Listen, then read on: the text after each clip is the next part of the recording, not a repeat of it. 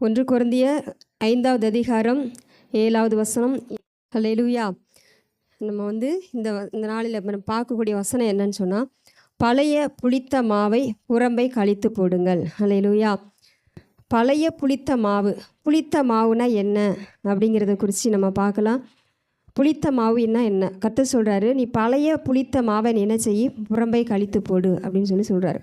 அப்போ அந்த பழைய புளித்த மாவு அப்படின்னு சொன்னால் என்னென்னா, 8வது வசனம் வாசிச்சிங்கன்னா அதில் சொல்லப்பட்டிருக்கும், ஆதலால் பழைய புளித்த மாவோடே அல்ல, துர்க்குணம் பொல்லாப்பு என்னும் புளித்த மாவோடும் அல்ல. இதில் புளித்த மாவு எதை சொல்லுகிறது என்று சொன்னால், துர்க்குணம் பொல்லாப்பு என்னும் புளித்த மாவோடும் அல்ல. அப்போது நம்முடைய சுபாவத்தை என்ன செய்து இந்த இடத்துல குறிக்குது. புளித்த மாவுன்னு சொல்லி எதை குறிக்குது? நம்முடைய சுபாவத்தை குறிக்குது. யாத்திராகமம் 12வது அதிகாரத்தில் 13வது அதிகாரத்துலலாம் நீங்கள் வாசிச்சிங்கன்னா தெரியும். அதில் சொல்லப்பட்டிருக்கும், இஸ்ரவேல் ஜனங்கள் எகிப்தில் அடிமையாக இருந்தாங்க. அங்கே அடிமையாக்கப்பட்ட அந்த இஸ்ரவேல் ஜனங்களை தேவன் நினைச்சவர் எகிப்திலிருந்து மீட்டு கொண்டு வருவார். அப்போது எகிப்தில் இருக்கிற அந்த அடிமைத்தனம் பழைய புளித்த மாவை என்னது குறிக்குது. அவங்க எகிப்தினுடைய சுபாவம் என்னது, புளித்த மாவு.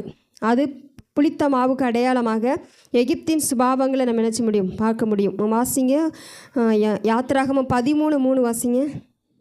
அப்பொழுது மோசே ஜனங்களை நோக்கி, நீங்கள் அடிமைத்தனை விடாகிய எகிப்திலிருந்து புறப்பட்ட இந்த நாளின் நினைவுகள் பலத்த கையினால் உங்களை அவ்விடத்திலிருந்து புறப்பட பண்ணினார். ஆகையால் நீங்கள் புளித்த அப்பம் புசிக்க வேண்டாம். ஹல்லேலூயா.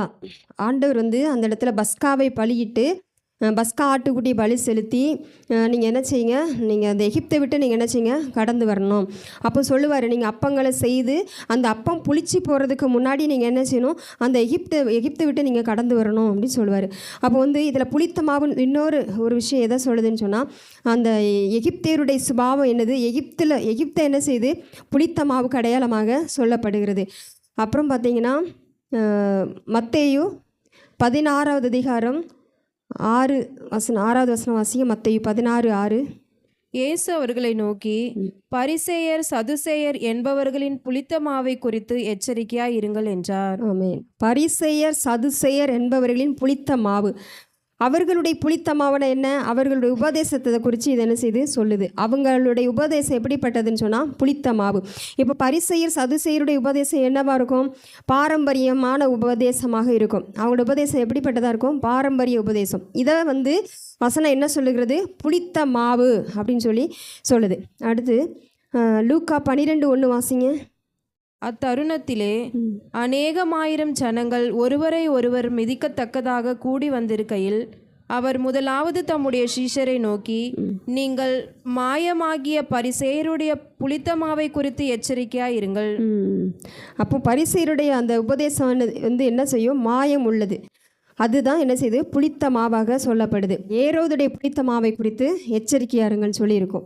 அப்போ ஏரோதுடைய உபதேசம் என்ன, அது புளித்த மாவு. ஏரோது பேசுகிற உபதேசம் என்னன்னு சொன்னால் பொய். ஏரோது என்ன பேசுவார், பொய் பேசுவார். அப்போ அது என்னது, ஒரு புளித்த மாவு அப்படின்னு சொல்லி சொல்லப்படுது. அப்போது புளித்த மாவு அப்படின்னு சொன்னாலே அது என்னது, நம்முடைய துர்க்குணம் பொல்லாப்பு, அதுக்கப்புறம் பாரம்பரியமான உபதேசம், பொய் உபதேசம், இதெல்லாம் எதை குறிக்குது, புளித்த மாவை குறித்து, புளித்த மாவு அப்படின்னு சொல்லி சொல்லுது. இதில் புளித்த மாவே இப்படி இருக்கும்போது இந்த 1 கொரிந்தியர் 5வது அதிகாரம் 7வது வசனம் சொல்லப்பட்டிருக்கு, பழைய புளித்த மாவு அப்படின்னு சொன்னால், பழைய புளித்த மாவு, புளித்த மாவே மோசமானது, அதுலேயும் பழைய புளித்த மாவுனா இன்னும் அதில் என்னது, மோசமான சுபாவம். அப்போ நம்ம வாழ்க்கையில் பழைய சுபாவங்கள் நம்ம இடத்துல என்ன செய்யக்கூடாது, பழைய சுபாவங்கள் நம்மக்கிட்ட என்ன செய்யக்கூடாது, இருக்கக்கூடாது. பழைய சுபாவங்கள் நம்மக்கிட்ட இருந்துச்சுன்னு சொன்னால் நம்மக்கிட்ட என்ன இருக்குது, புளிச்ச மாவு. புளிச்ச மாவு நம்மக்கிட்ட என்ன செய்யக்கூடாது, இருக்கக்கூடாது. பழைய சுபாவங்கள், துர்க்குணம் பொல்லாப்பு.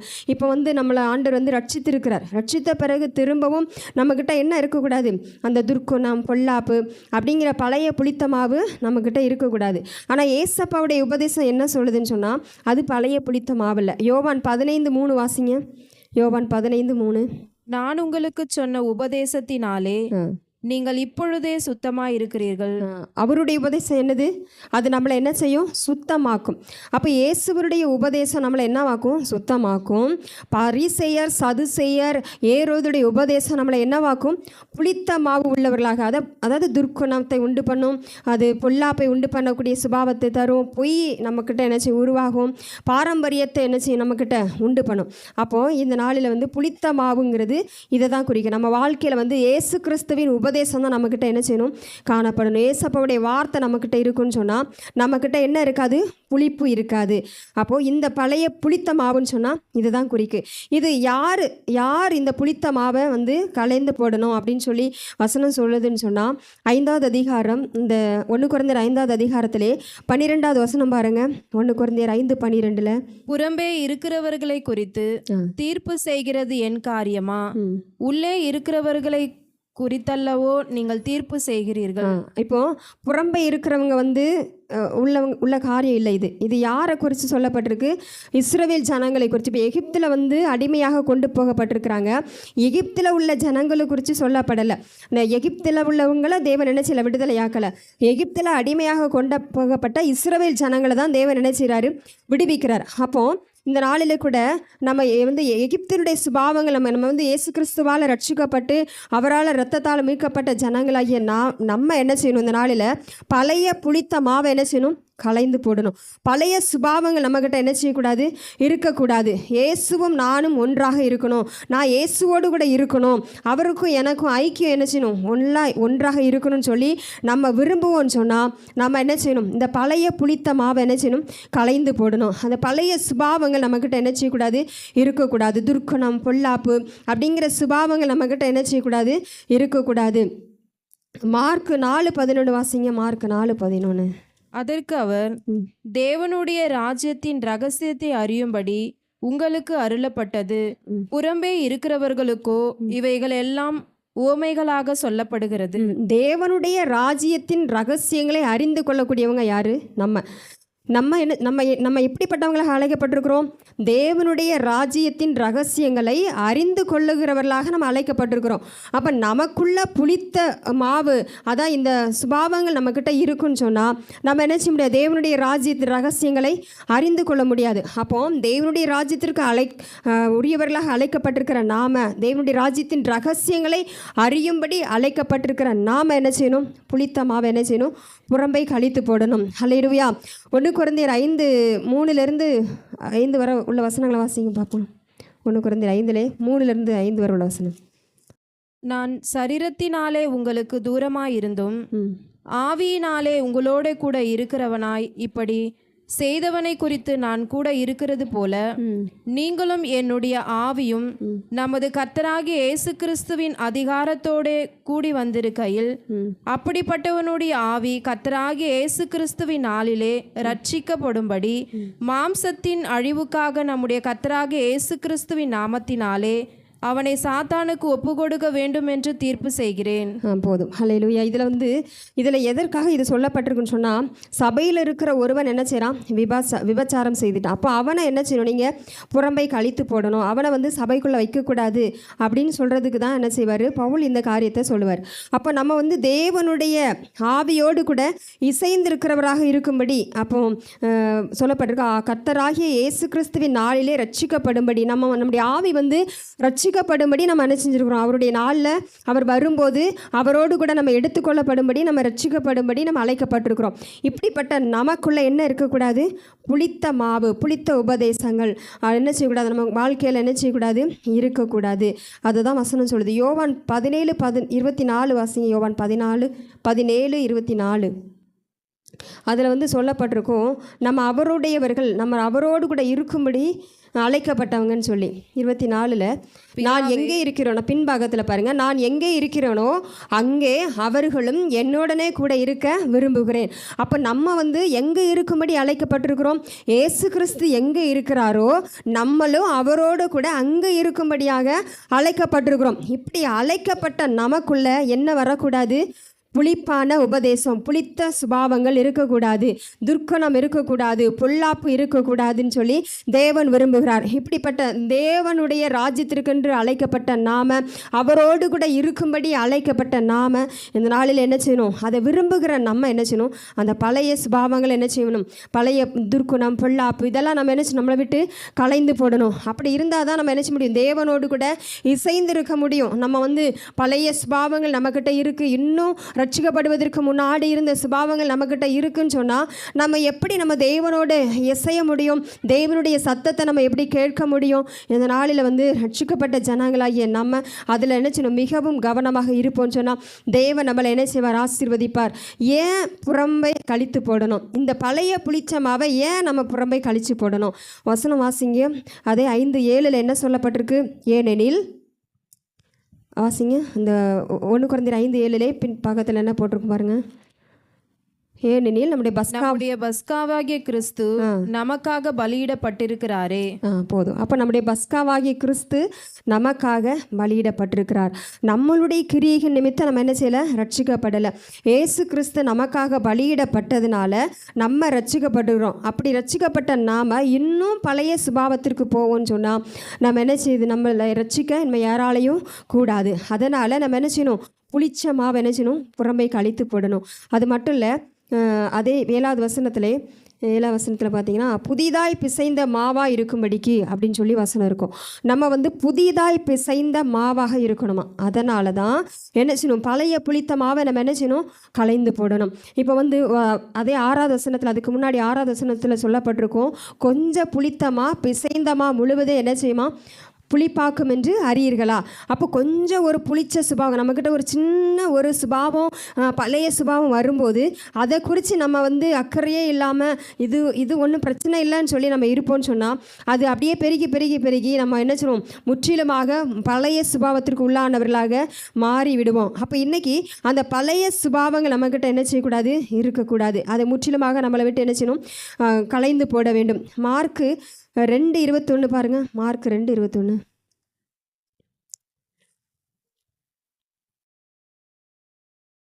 ஒருவனும் கோடித்துண்டை பழைய வஸ்திரத்தோடு இணைக்க மாட்டான். இணைத்தால் அதனோடு இணைத்த புதிய துண்டு பழையதை அதிகமாய் கிழிக்கும், பீறலும் அதிகமாகும். பார்த்தீங்களா? அப்போ பழைய துண்டை புதிய துண்டோட என்ன செய்ய மாட்டாங்களாம்? இசைக்க மாட்டாங்கன்னு சொல்லி வசனம் சொல்லுது. லூக்கா 5:36 பாருங்க. லூக்கா 5:36 அதுலேருந்து நீங்கள் தொடர்ந்து வாசிங்கன்னா அதில் புது ரசத்தை புது துருத்திகளிலும் வார்த்து வைக்க வேண்டும் சொல்லி 38வது வசனத்தில் சொல்லப்பட்டிருக்கும்.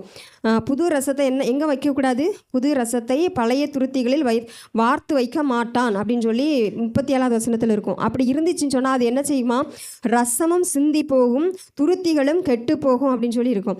அப்போது ஒரு துருத்தியில் புது ரசத்தை தான் ஊற்றி வைக்கணும். பழைய ரசத்தை புது துருத்தியில் என்ன செய்யக்கூடாது? ஊற்றி வைக்கக்கூடாது. இப்போ நம்ம வந்து ரட்சிக்கப்பட்டிருக்கிறோம்னு சொன்னால் நமக்குள்ள பழைய சுபாவங்கள் இருக்குன்னு சொன்னால் அது என்ன செய்யுமா? கெட்டு போயிருமா. தேவனுடைய எதற்காக தேவன் நம்மளை அழைச்சாரோ அந்த நோக்கம் என்ன செய்யாது? நிறைவேறாது. அப்போ இன்றைக்கி அது இல்லாமல் இருக்கணும்னு சொன்னால் நம்ம என்ன செய்யணும்? பழைய புளித்த சுபாவங்கள் நம்மளை விட்டு என்ன செய்யணும்? களைந்து போடணும். ரோமர் 6:6 வசனம் வாசிங்க. ரோமர் 6:6.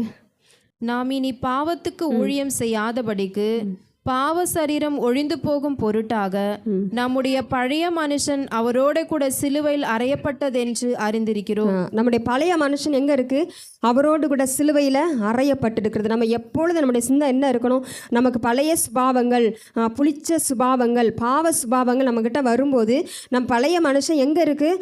அவரோடு கூட சிலுவையில் என்ன செய்யுது? அறையப்பட்டிருக்கிறது அப்படிங்கிற சிந்தனை நம்மக்கிட்ட என்ன செய்யணும்? இருக்கணும். அப்போ நம்ம பழைய சுபாவத்தை என்ன செய்ய விடும்போது தான் அது நம்மளுக்கு என்னது?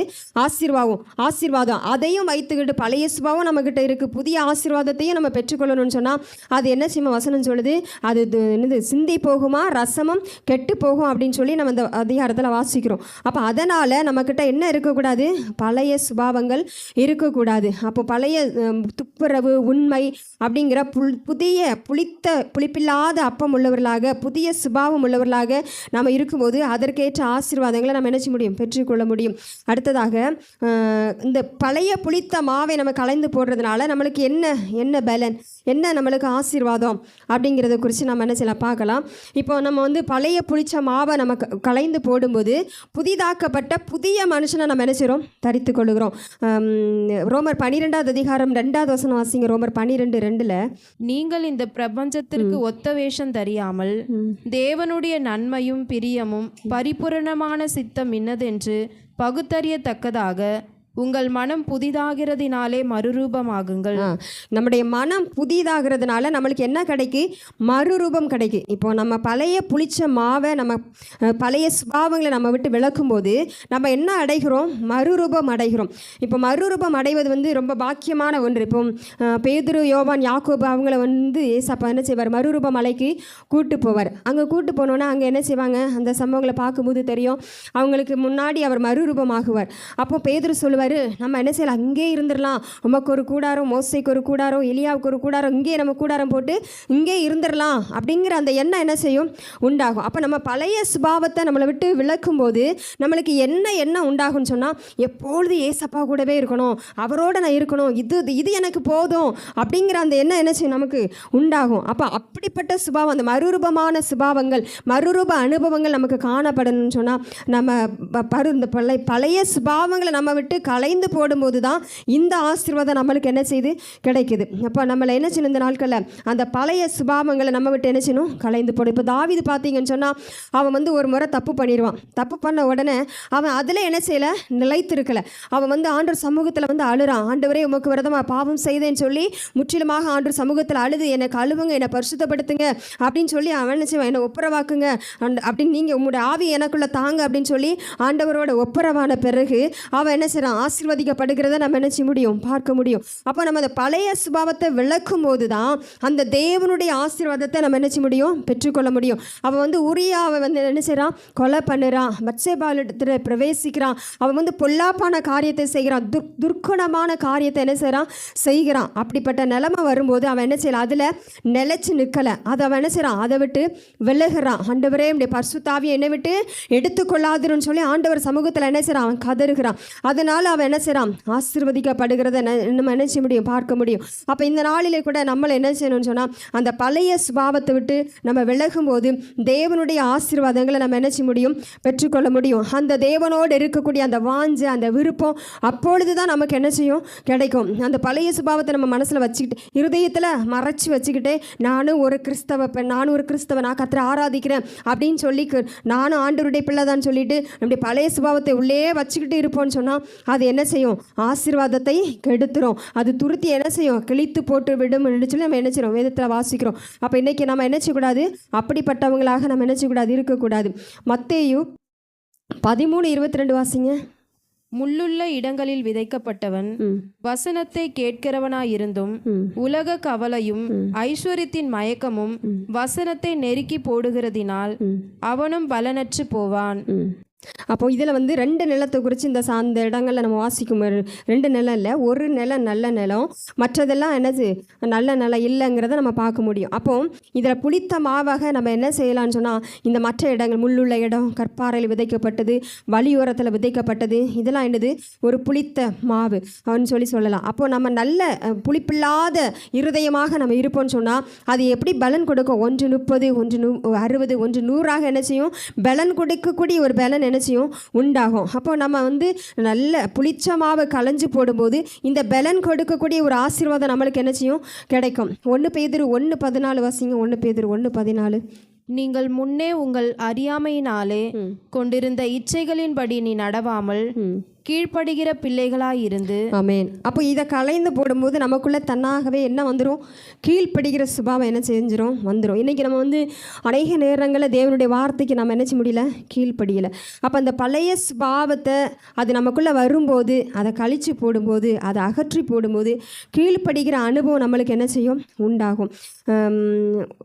அடுத்ததாக நம்ம பார்க்கும்போது 5வதாக என்னென்னா, அந்த புளிச்ச மாவை களைஞ்சு போடலைன்னு சொன்னால் என்ன நடக்கும் அப்படின்னு சொல்லிட்டு பார்க்கலாம். எபேசியர் 4:22 பாருங்க. எபேசியர் 4:22.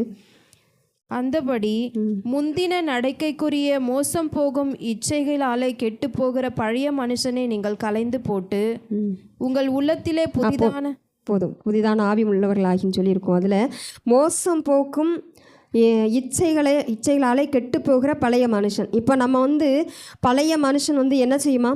மோசம் போக்குகிற இச்சைகள். அப்போ நம்ம பழைய அந்த புளிச்ச மாவை நமக்கு கலைந்து போடலைன்னு சொன்னால் மோசம் போக்கக்கூடிய இச்சைகள் நம்மள இடத்துல என்ன செய்யும்? காணப்படும்.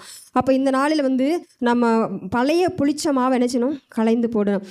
இதில் நம்ம வாசிக்கும் போது நமக்கு தெரியும், நம்மளுக்கு ஒரு சம்பவம் பார்க்க முடியும். ஒருத்தர் இடத்துல பிசாசு போயிட்டு திரும்ப வந்து அந்த பிசாசு என்ன செய்து திரும்ப வந்து அவனை பார்க்கும்போது அது ஜோடிக்கப்பட்டு இருக்கிறத பார்க்கும்போது அவனுடைய நிலைமை எப்படி இருக்குதா? முன்னிலைமையிலும் அதிக கேடுள்ளதாக இருக்கிறதுன்னு சொல்லி நம்ம ஒரு வசனம் வாசிக்க முடியும். வாசிங்க மத்தேயு 12:43 வாசிங்க. மத்தேயு 12:43. அசுத்த ஆவி ஒரு மனுஷனை விட்டு புறப்படும் போது வறண்ட இடங்களில் அலைந்து இளைப்பாறுதல் தேடியும் கண்டடையாமல் நான் விட்டு வந்த என் வீட்டுக்கு திரும்பி போவேன் என்று சொல்லி அங்கே வந்து அந்த வீடு வெறுமையாகவும் பெருக்கி ஜோடிக்கப்பட்டதாகவும் இருக்க கண்டு திரும்பி போய் தன்னிலும் பொல்லாத வேறு 7 ஆவிகளை தன்னோடே கூட்டிக் கொண்டு வந்து உட்புகுந்து அங்கே குடியிருக்கும். அப்பொழுது அந்த மனுஷனுடைய முன்னிலைமையிலும் அவன் பின்னிலைமை அதிக கேடுள்ளதா இருக்கும். ஆமென், ஹல்லேலூயா. அப்போ நம்ம வந்து ரட்சிக்கப்பட்ட நாம இன்னைக்கு என்ன செய்யணும்? பழைய புளித்த மாவை கரைந்து போடணும். அப்போ அதையெல்லாம் கலைந்து போடாமல் நம்ம இன்னும் வெளி வேஷத்தின் பிரகாரம் நம்ம இயேசுப்பா பிள்ளையாக இருந்துட்டு உள்ளுக்குள்ளே அந்த பழைய சுபாவங்கள், துர்க்குணம், பொல்லாப்பு இதெல்லாம் நம்மக்கிட்ட இருந்துச்சுன்னு சொன்னால் அவங்க எப்படி இருக்குமா? அவங்களுடைய முன்னிலைமை அவங்களுடைய முன்னிலைமை காட்டிலும் பின்னிலைமை எப்படி இருக்கும்? அதிக கேடுள்ளதாக இருக்கும்னு சொல்லி நம்ம நினச்சிடும் வாசிக்கிறோம். அப்போ இன்றைக்கி நம்ம நினச்சக்கூடாது, இப்படிப்பட்ட அனுபவத்திற்குள்ளே நம்ம என்ன செஞ்சிடக்கூடாது? வந்துடவே கூடாது. அப்போ நம்ம தேவனால் கிடைக்கக்கூடிய ஆசீர்வாதத்தை பெற்றுக்கொள்ளணும்னு சொன்னால் இன்றைக்கி நம்ம என்ன செய்யணும்? பழைய புளித்த மாவை என்ன செய்யணும்? கலைந்து போடணும். நாபாலுங்கிற ஒரு மனுஷனை நம்ம பார்க்க முடியும். அவனிடத்துல என்ன இருந்துச்சு? துராகிருதம் உள்ள ஒரு மனுஷன். யாரு? நாபால். அவன் அப்படியே இருந்ததுனால அவன் என்ன செஞ்சிட்டான்? அப்படியே அவன் அந்த இடத்துல என்ன செஞ்சிட்டான்? மரித்து போனதை, செத்து போனதை நம்ம என்ன செய்ய முடியும்? பார்க்க முடியும். அவர் வந்து அப்போ இன்னைக்கு வந்து நம்ம என்ன சொன்னதை கலைந்து போடும். அதுபோல் சவுல் அப்படிங்கிற ஒரு மனுஷனை குறித்து நம்ம பார்க்க முடியும். அவன் வந்து ஆண்டவர் வந்து அவன் தகுதியே இல்லாத அவனை தேவன் ராஜாவாக என்ன செஞ்சார்? உயர்த்தி வைத்திருந்தார். அவன் வந்து ராஜாவாவதற்கு எந்த தகுதியுமே கிடையாது. அவன் வந்து நான் பெனியமின் கோத்திரத்தை சேர்ந்தவன், உஸ்கிரியஸ் கோத்திரத்தை சேர்ந்தவன். அப்படிப்பட்ட ஒருவனை தேவன் அழைத்து அவனை ராஜாவாக வைத்திருக்கிறார். வைத்த பிறகு, ராஜாவாக்கப்பட்ட பிறகு அவனுக்குள்ள என்ன வருது? பழைய புளித்த மாவு என்ன செய்யுது? அவனுக்குள்ள வருது. அவனுக்குள்ள துர்க்குணம் வருது, பொல்லாப்பு வருது. அவன் என்ன செய்றான்? அதெல்லாம் வைத்திருந்துட்டு என்ன செய்றான்? தாவீதை எப்படியாவது கொலை செய்யணுங்கிறதுல அவன் என்ன செய்றான்? ரொம்ப கவனமாக இருக்கிறான். பொறாமையினால அவனை கொலை செஞ்சிடணும் அப்படின்னு சொல்லி அந்த குணம் அவனுக்குள்ள இருக்கும்போது என்ன நடந்துச்சு பார்த்தீங்களா? அவன் அப்புறம் அந்த பதவியில் அவன் என்ன செய்யலை? இல்லை, அவன் வந்து அந்த சுபாவத்தில் என்ன செஞ்சிட்டான்? மரித்து போயிட்டான்னு சொல்லி பார்க்குறோம். சத்துருக்களின் கையில் ஒப்பு கொடுக்கப்பட்டு அவன் நினைச்ச மரித்து போனதை பார்க்குறோம். இந்த நாளிலும் கூட நம்ம தெய்வ பயத்தோடு கூட ரட்சிக்கப்பட்ட நாம, ஹல்லேலூயா, நம்ம வந்து தெய்வ பயம் உள்ளவர்களாக நம்ம எப்படி இருந்த நம்மளை தேவன் இன்னைக்கு ரட்சித்திருக்கிறார், இந்த ஒரு ஆசீர்வாதத்தில் கொண்டு வந்திருக்கிறாருன்னு சொன்னால் நம்ம என்ன செய்யணும்? பழைய புளித்த மாவை நம்மக்கிட்ட இருந்து என்ன செய்யணும்? கலைந்து போடணும். அப்படிப்பட்டவர்களாக இருக்கும்போது தேவன் நம்மளை என்ன செய்வார்? ஆசீர்வதிப்பார். அதுபோல் அவங்க வந்து கலைந்து போடலைன்னு சொன்னால் யாத்திராகமும் ஒரு வசனம் வாசிச்சிருங்க. யாத்திராகமம் 12வது அதிகாரத்தில் 15வது வசனம் வாசிங்க. யாத்திராகமம் 12:15 ஒரு வசனம் சொல்லப்பட்டிருக்கும். அவங்க எங்கே இருக்க முடியாதுன்னு சொன்னால், புளிப்பில்லா அப்பத்தை 7 நாள் அளவும் புசிக்க கடவீர்கள். முதலாம் நாளில் தானே புளித்த மாவை உங்கள் வீடுகளிலிருந்து நீக்க வேண்டும். முதலாம் நாள் தொடங்கி 7ஆம் நாள் வரைக்கும் புளித்த அப்பம் புசிக்கிறவன் எவனோ அந்த ஆத்துமா இஸ்ரவேலில் இருந்து அறுப்புண்டு போவான். ஆமென். பார்த்தீங்களா? அப்போ இஸ்ரவேலில் இருந்து, அப்போ தேவனுடைய ஜனம் அப்படிங்கிற அந்த இதில் இருந்து என்ன செய்வாங்களாம்? அறுப்புண்டு போவாங்களாம். அவங்க வந்து புளிப்பு வரும்போதே அதை என்ன செய்யணும்? புளிச்ச மாவை என்ன செஞ்சணும்? கழிச்சு போட்டுடணும். அந்த புளிப்பை நம்ம வச்சுக்கிட்டே இருப்போம்னு சொன்னால், அந்த சுபாவங்களை வைத்துக்கொண்டே இருப்போம்னு சொன்னால் வசனம் சொல்லுது அவங்க என்ன செய்வாங்களா? இஸ்ரவேலில் இருந்து அப்புறப்படுத்தப்படுவாங்களாம். அப்போ தேவனுடைய ஜனம் அப்படிங்கிற இடத்துல இருந்து தேவன் என்ன செய்வாரா? எல்லாம் கழித்து போடுவார்னு சொல்லி பார்க்குறோம். இந்த நாளில் தெய்வ பயம் உள்ளவர்களாக நம்ம வந்து இந்த புளித்த சுபாவங்கள், பழைய சுபாவங்கள் நம்மக்கிட்ட காணப்படும் என்று சொன்னால் இந்த நாளில் தேவ சமூகத்தில் நம்ம என்ன செய்யணும்? ஒப்பு கொடுக்கணும். அப்போ தேவன் இந்த நாள் நம்மக்கிட்ட விரும்புகிற காரியம், பழைய புளித்த மாவை என்ன செய்யுங்க? உங்களை விட்டு களைந்து போடுங்க, கழிச்சு போடுங்கன்னு சொல்லி தேவன் விரும்புகிறார். அந்த பழைய சுபாவங்கள் நம்முடைய பஸ்காவாகிய கிறிஸ்து நமக்காக பலியிடப்பட்டிருக்கிறார். அப்போ நம்ம ஒவ்வொரு நாளும் அவர் எனக்காக சிலுவையில் மரித்திருக்கிறார். நான் வந்து இன்னைக்கு வந்து இஸ்ரவேல் ஜனமாக, ஒரு தெய்வ ஜனமாக நான் வந்து சேர்க்கப்படுவதற்கு காரணம் இயேசு கிறிஸ்து எனக்காக சிலுவையில் மரித்ததுனால தான் இன்னைக்கு நான் தெய்வ ஜனமாக சேர்க்கப்பட்டிருக்கிறேன். அப்போ இந்த விலையேற பெற்ற பாக்கியத்தை தேவன் நம்மளுக்கு தந்திருக்கிறார்னு சொன்னால் அந்த பாக்கியத்தை பெற்ற நாம் திரும்பவும் பழைய சுபாவம், பழைய எண்ணங்கள், பழைய சுபாவங்களுக்குள்ளே நம்ம போவோம்னு சொன்னால் அது நம்மளை போல பரிதபிக்கப்பட்டவங்க வேற யார் இருக்க முடியாதுன்னு தான் நம்ம வசனம் ஒரு வசனம் நம்ம அதில் வாசிக்க முடியும். பைபிளில் சொல்லப்பட்டிருக்கு, அவங்கள வந்து ரட்சிக்க வேற யாராலும் கூடாதுன்னு கூட இருக்குது. ஒரு முறை ரட்சிக்கப்பட்டோ அந்த ரட்சிப்பை மறுதளிக்கிறவங்கள பின்னாடி அவங்கள ரட்சிக்க முடியாதுன்னு சொல்லி நம்ம வேதத்தில் வாசிக்கிறோம். அப்போ ரட்சிக்கப்பட்ட ஜனங்களாகிய நாம் திரும்பவும் அந்த பழைய சுபாவத்துக்குள்ளே, பொல்லாத குணங்களுக்குள்ளாக நம்ம ஒரு நாளும் போகாதபடிக்கு ரட்சிக்கப்பட்ட நம்ம தேவ இயேசு கிறிஸ்துவை நோக்கி பார்த்து அவரையே பின் சென்று பழைய சுபாவங்களை விட்டு புதிதாக பிசைந்த புதிய மாவாக நம்ம இருப்போம்னு சொன்னால் தேவனுடைய ஆசீர்வாதத்திற்கு நம்ம என்ன செய்யலாம்? பங்குள்ளவர்களாக மாறலாம். ஹல்லேலூயா. புரிஞ்சா? ஹல்லேலூயா. புரிஞ்சதாரா இருக்கும். ஹல்லேலூயா. இது வந்து ஒரு பண்டிகையாக இஸ்ரவேல் ஜனங்களை கொண்டாட சொன்னார். 7 நாள் 7 நாள் அளவு என்ன செய்யணுமா? புளிப்பில்லாத அப்போ பண்டிகை. 7 நாளே பைபிள் வந்து பூரணம் அப்படின்னு என்ன அர்த்தம்? எல்லா நாளுமே நம்ம என்ன செய்யக்கூடாது? புளிப்புள்ள அப்பத்தோடு இருக்கக்கூடாது. புளிப்புள்ள அப்பத்தோடு நம்ம தேவனிடத்தில் போக முடியாது. புளிப்பு அப்படிங்கிறது நம்முடைய பழைய சுபாவம், எகிப்தினுடைய பாவம், அவ்வளோதான். இப்போ வந்து புதிய ஆசீர்வாதங்களை பெற்றுக்கொள்ளும் என்ன செய்யணும்? எபேசியரில் வாசிக்கிற மாதிரி இப்போ உள்ளத்திலே புதிதான ஆவி உள்ளவர்களாகி நம்ம என்ன செய்யணும்? அதான் இயேசு கிறிஸ்து சொல்கிறார். யோவான் கொரிந்தியரில் வாசிப்பீங்க, 2 கொரிந்தியர் 5:17. ஒருவன் கிறிஸ்துக்குள் இருந்தால் அவன் புது சிருஷ்டியாக இருக்கிறான், பழையவைகள் ஒளிந்து போயின. அப்போ நம்ம புதிய மனுஷனாக ஆகும்படி தான் இயேசு என்ன பண்ணார்? சிலுவையில் மரிச்சார். அதை தான் அந்த ஒரு ஓமை சொல்கிறார். பழைய வஸ்திரம், புதிய வஸ்திரம். நம்முடைய ரட்சிப்புங்கிறது புது வஸ்திரம், சரியா? அது பழைய வஸ்திரத்தோடு ஜாயின் பண்ணால் கிழிஞ்சிரும் இல்லையா? அது மாதிரி நம்முடைய ரட்சிப்புங்கிறது, நம்முடைய இருதயம் வந்து புது இருதயமாக இயேசு கிறிஸ்து மாற்றிருக்கிறாரு. நம்ம ரட்சிக்கப்பட்ட அனுபவங்கிறது புது இருதயம், புது வாழ்க்கை. இப்போ வந்து நம்மளை வந்து என்னது? நம்மளை வந்து நம்ம பழைய வாழ்க்கை, பழைய சுபாவத்தில் நம்ம வந்து இருதயத்தில் வந்து பழைய எண்ணங்களை கொண்டு வரக்கூடாது, பழைய யோசனையை கொண்டு வரக்கூடாது. இந்த வாழ்க்கையில் வந்து புது வாழ்க்கை, அதில் பழைய வாழ்க்கையை நம்ம கொண்டு வரக்கூடாது. இப்போ புது துருத்தியில் வந்து புது ரசத்தை வைக்கணும். ஏன்னா புது ரசத்துக்கு வந்து வீரியம் ஜாஸ்தி, விரியும் அந்த ரசம் விரியும். அப்போ தோலும் விரியும். தோல் புதுசாக இருந்துச்சுன்னு வைங்க, துருத்தி வந்து தோல் புதுசாக இருந்தால் ரசம் விரியும் போது தோலும் விரிஞ்சிக்கிடும். அதை வந்து முடிச்சு கட்டி வச்சிடுறாங்களே, அப்போ என்ன செய்யும்? அந்த ரசம் விரியும் போது அந்த துருத்தி விரியும். இப்போ தோல் வந்து ஆல்ரெடி விரிஞ்சு பழைய தோல் இருக்குது. அந்த பழைய தோலில் வந்து புது ரசத்தை ஊற்றினா என்ன ஆகும்? தோல் இனி விரியாது. பழைய தோல். அதில் வந்து அந்த பழைய தோலில் வந்து புது ரசத்தை ஊற்றினா என்ன ஆகும்? ரசம் வந்து சிந்திடும். அப்போ என்ன சொல்லுங்கள்? அப்போ நம்ம ரட்சிக்கப்பட்ட நமக்கு வந்து புதிய ஆசீர்வாதங்களை தேவன் தரும்போது அதை பெற்றுக்கொள்ள நம்ம தகுதியற்று போயிடுவோம். அதனால தான் பழைய சுபாவம் வந்து அவ்வளோ மோசம், அந்த பழைய இச்சை வந்து அவ்வளோ மோசம், பழைய பொல்லாப்பு வந்து அவ்வளோ மோசம், பழைய வந்து அசுத்தம் வந்து அவ்வளோ நம்ம வந்து நம்ம என்ன செய்யா? என் தாயின் பாவத்தில் கர்ப்பம் தரித்தாள், நான் துர்க்குணத்தில் உருவானேன்னு வசனம் வாசிக்கிறேன்ல. ஸோ நம்ம வந்து பிறக்கும் போதே பாவியாக தான் பிறக்கிறோம், பிறக்கும் போதே பாவத்தில் தான் பிறக்கிறோம். ஸோ நம்ம சுபாவம் வந்து ரட்சிக்கப்படுறதுக்கு முன்னாடி எகிப்தில் இருந்த மாதிரி ஒரு பழைய சுபாவம், அடிமைத்தன வாழ்க்கை. பாவம் செய்கிறவனும் பாவத்துக்கு அடிமை இல்லை. ஸோ எகிப்தின் அடிமைத்தனத்திலேருந்து கர்த்தர் நம்ம என்ன பண்ணுறாரு? இப்போது ஆட்டுக்குட்டி ரத்தத்தினால விடுதலை பண்ணிட்டார். இயேசு கிறிஸ்து ரத்தத்தில் விடுதலை பண்ணிட்டார். அவன் வெளியே வந்ததுக்கப்புறம் என்ன சொன்னார்? நீங்கள் வந்து புளிப்பில்லாத அப்ப பண்டிகை கொண்டாடுங்க சொன்னார். பஸ்கு ஆசரிங்க. அதை தொடர்ந்து என்ன சொல்வார்? புளிப்பில்லாத அப்ப பண்டிகை 7 நாளளவும் நீங்கள் கொண்டாடணும்னு சொல்லுவார். அப்போ உங்கள் வாசஸ்தலங்கள் எங்கும் புளிப்புள்ள அப்பம் காணப்படலாகாது. ஹல்லேலூயா. எங்கே நம்ம கண்ணில் புளிப்பு இருக்கக்கூடாது, காதில் புளிப்பு இருக்கக்கூடாது, வாயில் புளிப்பு இருக்கக்கூடாது, இருதயத்தில் இருக்கக்கூடாது.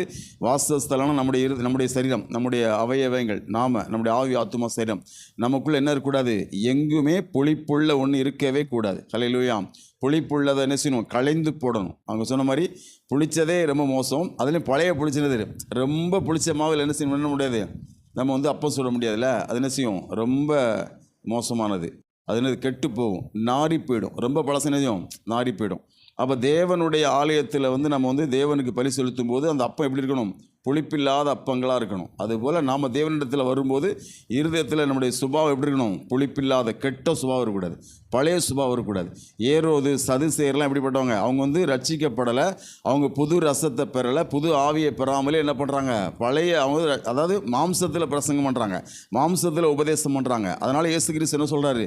நீங்கள் ஏரோதுடைய புளிச்ச மாவை குறித்து எச்சரிக்கையாக இருங்க, சதுசேயருடைய புளிச்ச மாவை குறித்து எச்சரிக்கையாக இருங்க அப்படின்னா அவங்க உபதேசத்தை குறித்து பேசுகிறாரு இல்லையா? அப்போ நம்ம இன்றைக்கி என்ன பண்ணோம்? நம்ம சபையில் என்ன உபதேசம் கேட்குறோம்? பரிசுத்த ஆவியானவர் தருகிற புதிய வார்த்தையை நம்ம கேட்குறோம். நம்ம இருந்து புது சிருஷ்டியாக மாறணும். அதாவது பாஸ்டர்மா சொன்னனுடைய சாரம் என்னென்னா, தேவனுடைய ஆசீர்வாதங்களை பெறணும்னு சொன்னால் நாம் மாறணும். ஹல்லேலூயா. அவ்வளோதான். தேவனுடைய ஆசீர்வாதத்தை பழைய ஆளாகவே இருந்து என்ன செய்ய முடியாது? பெற முடியாது. நான் வந்து பழைய நம்ம பிறந்ததுலேருந்து நம்ம வந்து எப்படி வாழ்ந்தோம் பழகணும் அதே மாதிரி என்ன செய்ய முடியாது? ஆசீர்வாதத்தை பெற முடியாது. அதை விட்டுணும், அந்த பழைய வாழ்க்கையை விட்டுணும், பழைய பாவத்தை விட்டுணும், நம்ம சின்ன வயசில் செஞ்ச பாவத்தை விட்டுணும், அந்த பழைய சுபாவத்தை விட்டுணும், அந்த பழக்கத்தை விட்டுணும். எல்லாம் விட்டு என்ன பண்ணணும்? நாம் வந்து புது சிருஷ்டியாக மாறணும். நம்மளை வந்து தினம் நம்ம என்ன செய்யணும்? டே பை டே நம்ம புதுசாகிட்டே இருக்கணும். வெளிப்படுத்தின விசேஷம் 21:5 வாசிப்பீங்க. ஒருவன் சிங்காசனம் இருந்து இயேசு கிறிஸ்து சிங்காசனம் வீற்றிருக்கிறவர் இதோ சகலத்தையும் புதிதாக்கிறேன் என்றார் வாசிப்பீங்க. ஏசையால படிப்பீங்க. வனாந்தரத்தில் வழி என்னது? அவாந்தரத்தில் ஆறுகளை உண்டாக்குற ஆண்டவர் என்ன செய்வார்? நான் புதிய காரியத்தை செய்கிறேன்னு சொல்லுவார். ஹல்லேலூயா. நம் தேவன் எப்போதும் நமக்கு புதுசாக செய்வாருங்க. நம்ம வந்து ஆண்டவர் தர ஆசீர்வாதம் புதுசாக பழசா? புதுசு. ஹல்லேலூயா. அப்போ நாம் எப்படி இருக்கணும்? நாமளும் புதுசாகணும். அதான் சொன்னாங்க அவங்க. ஹல்லேலூயா. ஆண்டவர் தர ஆசீர்வாதம் என்னது? புதுசு. நேற்று இன்னைக்கு இந்த நாள் நமக்கு புதுசாக பழசா? இந்த நாள் புதுசு. நாளைக்கு ஒரு நாள் நமக்கு வரும், கர்த்தருக்கு சித்தமான நாளைக்கு நம்ம உயிரோடு இருக்கிறது புதுசு. ஹல்லேலூயா. அடுத்த வருஷம் நமக்கு புதுசு. இந்த ட்ரெஸ்ஸே எத்தனை வருஷம் போடுவோம்? இதை களைஞ்சி போட்டு வேறு புதுசு போடுவோம். நம்ம புதுசு வரும். அப்போ தேவனுடைய ஆசீர்வாதம் எல்லாம் புதுசு தாங்க. எல்லாமே புதுசு தான். ஹல்லேலூயா. நாம் மட்டும் என்ன செய்யக்கூடாது? பழசாக இருக்கக்கூடாது. நாம் எப்படி புதுசாகிறது? நேற்று சொன்ன பொய் இன்றைக்கி சொல்லாமல் இனி பொய் சொல்லக்கூடாது. நேற்று திருடின மாதிரி இன்னைக்கு திருடக்கூடாது. நேற்று இச்சித்த மாதிரி இச்சிக்கூடாது. நமக்கு தெரியும் அந்த அழுக்கான அந்த பாவமான மாம்சம் சம்பந்தமான காரியத்தை நம்ம என்ன பண்ணணும்? நம்ம விட்டுட்டு புது இருதயம் உள்ளவங்களாக மாறணும். உள்ளத்தில் புதிதாக எப்படி புதுசாக்குறது? அதுக்கு தான் இயேசு கிறிஸ்து ரத்தத்தால் ஒரு பாத்திரத்தை வந்து இன்னைக்கு யூஸ் பண்ணீங்க, அந்த பாத்திரத்தை இன்றைக்கி எப்படி யூஸ் பண்ணுவீங்க? அப்படி யூஸ் பண்ணால் எப்படி இருக்கும்? அழுக்காக இருக்கும். அதை எப்படி புதுசாக்குவீங்க? ஆவினாலே, வார்த்தையினாலே. அதான் நம்ம புதுசாக்கக்கூடிய. எப்படி உலகத்தில் புதுசு பண்ணுறாங்க? அக்கினியை வச்சு புதுசு பண்ணுறாங்க, தண்ணியை வச்சு புதுசு பண்ணுறாங்க, ஏர் வச்சு புதுசு பண்ணுறாங்களா இல்லையா? எப்படி ஒரு பொருளை க்ளீன் பண்ணுறாங்க? ஏர் வச்சு க்ளீன் பண்ணுறாங்க, அப்புறம் வாட்டர் வச்சு க்ளீன் பண்ண, அப்புறம் ஃபயர் வச்சு க்ளீன் பண்ணுறாங்க. அதே சேம் தான். வசனமும் ஆவி ரத்தமும் தான். ஹல்லேலூயா. இந்த 3 நாளாக நம்மளை கர்த்தர் இயேசு ரத்தத்தாலும் வார்த்தையாலும் ஆவியாலும் சுத்தம் பண்ணுறார். ஹல்லேலூயா. அப்போ நம்ம என்ன செய்யணும்? எப்படி இந்த உலகத்தில் வந்து தண்ணியாலும் என்னது காற்றாலும் நெருப்பாலும் ஒரு பொருள் சுத்தமாகுதோ அதே போல தான் நம்மளை தேவன் என்ன செய்கிறாரு? இயேசு கிறிஸ்துவின் இரத்தத்தினாலும் அப்புறம் வார்த்தையினாலும் ஆவினாலும் சுத்தம் பண்ணுறார். ஹல்லேலூயா. டெய்லி பண்ணுவார். டெய்லி நீங்கள் பைபிள் படிச்சிங்கன்னா க்ளீன் ஆகிடுவீங்க. வசனம் ஜெபம் பண்ணி அபிஷேகத்தில் நிறைஞ்சிங்கன்னா க்ளீன் ஆகிடுவீங்க. இயேசு ரத்தத்தை நினச்சிங்கன்னா க்ளீன் ஆகிடுவீங்க.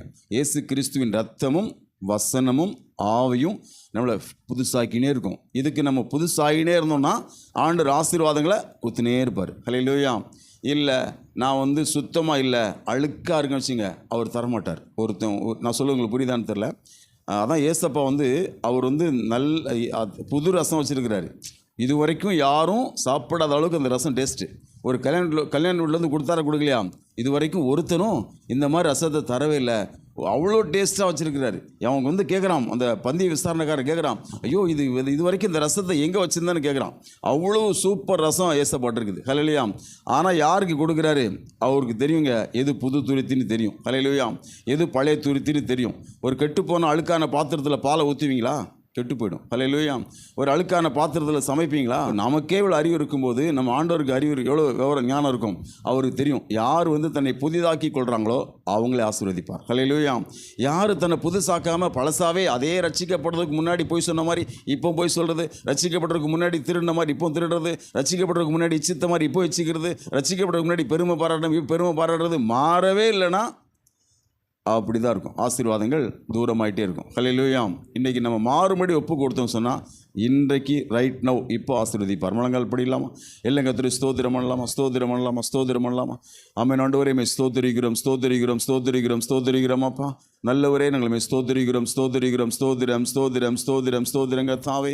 இதோ நாங்கள் கேட்ட வார்த்தையின்படி ஆண்டவரே பழைய துர்க்குணம் பொல்லாப்பு என்கிற பழைய ஆண்டவரை புளித்த மாவோடு அல்ல கத்தாவை, உண்மை துப்புரவு என்கிற புளிப்பில்லாத அப்பத்தோடே அப்படிப்பட்ட சுபாவத்தோடே நாங்கள் உம்முடைய பந்தியிலே கலந்து கொள்கிறவர்களாக, அப்படிப்பட்ட சுபாவத்தோடு வேதத்தை வாசிக்கிறவர்களாக, அப்படிப்பட்ட சுபாவத்தோடு ஆராதிக்கிறவர்களாக, அப்படிப்பட்ட சுபாவத்தோடு சபையிலே காணப்படுகிறவர்களாக கர்த்தர் இன்றைக்கு எங்களை ஆசீர்வதிங்கப்பா. எங்களை கர்த்தர் புதிதாக்குவீராக. ஆண்டவர் எங்களை புதிதாக்குவீராக. ஒருவன் கிறிஸ்துவுக்குள் இருந்தால் ஆண்டவர் புது சிருஷ்டியாக இருக்கிறான். பழையவைகள் ஒழிந்து போயின, எல்லாம் புதிதாய் என்று வேதத்திலே காண்கிறோமே. நாங்கள் கர்த்தாவே புதிதாய் ஜீவிக்கும்படி, புதிதான ஜீவனுள்ளவர்களாய் நடந்து கொள்ளும்படி கர்த்தர் எங்களை ஆசீர்வதிப்பீராக. வந்திருக்கிற ஒவ்வொருவரையும் கர்த்தர் அப்படி ஆசீர்வதிக்கும்படி நான் செபிக்கிறேன். கர்த்தருடைய பிள்ளைகளை ஆசீர்வதிப்பீராக. தேவன் மகிமைப்படுவீராக. நாமத்துக்கே மகிமை உண்டாகட்டும். இயேசு கிறிஸ்துவின் நல்ல நாமத்தில் பிதாவே, ஆமீன். என் ஆத்துமாவே கர்த்தரை ஸ்தோத்திரி, என் முழுள்ளமே பரிசுத்த நாமத்தை ஸ்தோத்திரி. என் ஆத்துமாவே கர்த்தரை ஸ்தோத்திரி, அவர் செய்த சகல உபகாரங்களை மறவாதே. ஆமீன். ஹல்லேலூயா, ஹல்லேலூயா. Praise the lord. God bless you.